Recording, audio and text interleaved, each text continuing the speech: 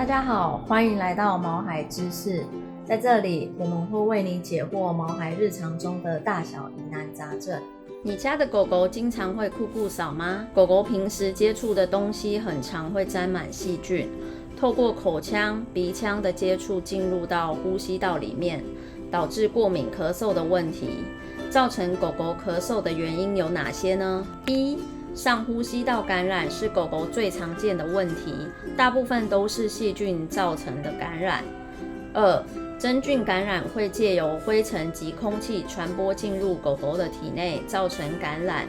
三、心丝虫是许多饲主忽略的问题，记得定期到兽医院检查是否有心丝虫的感染。四、犬瘟热是透过空气传染，不过目前有疫苗可以预防，还没打的饲主们可以尽快预约疫苗哦。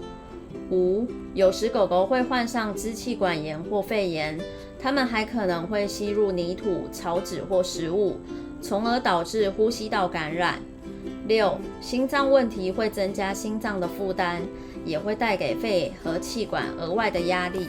如果狗狗有咳嗽不停的现象，记得尽快带去兽医院检查。平时也可以多补充呼吸道相关的保健品，抵抗空气污染及细菌的感染哦。今天的毛孩知识就到这里，喜欢今天的影片，欢迎帮我们按赞、订阅、分享。